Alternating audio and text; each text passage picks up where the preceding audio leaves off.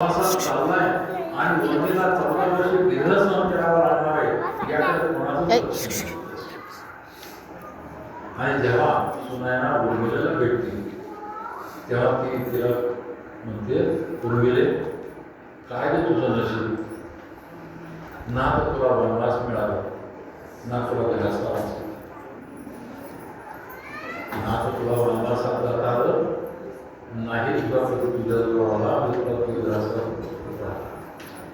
उर्मिला तिला सांगते की आई, वनवास असो किंवा ग्रहस्थ असो, जोपर्यंत माझ्या मनामध्ये माझ्या हृदयामध्ये माझा पती आहे तोपर्यंत माझ्यासाठी ग्रहस्थासही तोच आहे, वनवासही तोच आहे. त्यामुळे तू काळजी करू नये.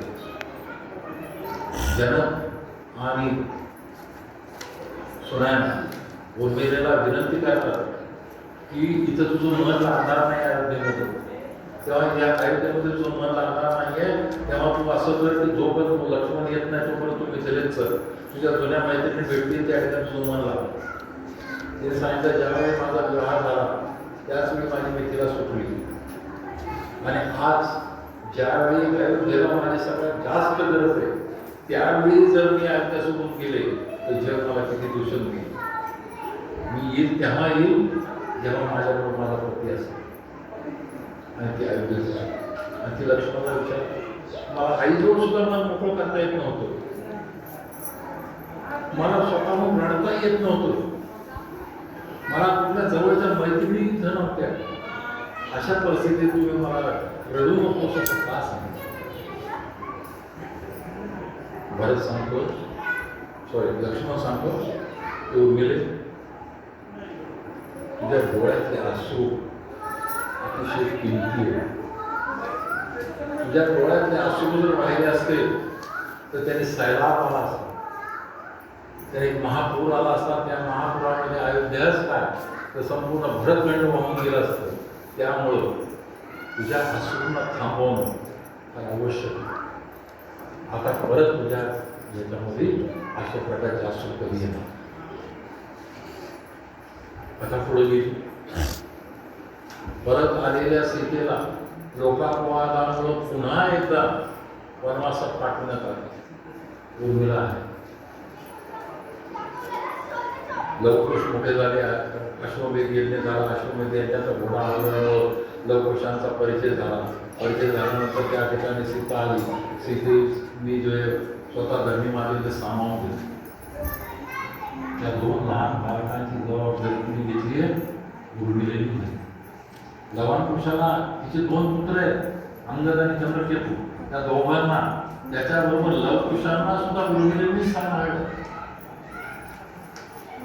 आता तुम्ही अजून पुढे जाते, अवतार संपवण्याची वेळ आली, प्रभू रामचंद्राची अवतार संपवण्याची वेळ आली. वरून देव वारंवार निरोप पाठवायला लागले.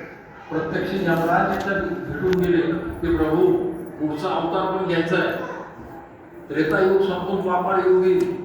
आज जर तुम्ही या अवतारातच असे गुंतून पडला तर पुढचं कार्य होणार नाही. दुसरी वैकुंठही खूप काळ जे रिकामं राहिले तेव्हा तुम्हाला अवतार संपवायला. त्यांनी सांगितलं, अवतार जर संपवायचा असेल तर त्याच्या आधी दोन माणसं तिथं नसली पाहिजे तरच मला अवतार संपवता येणार.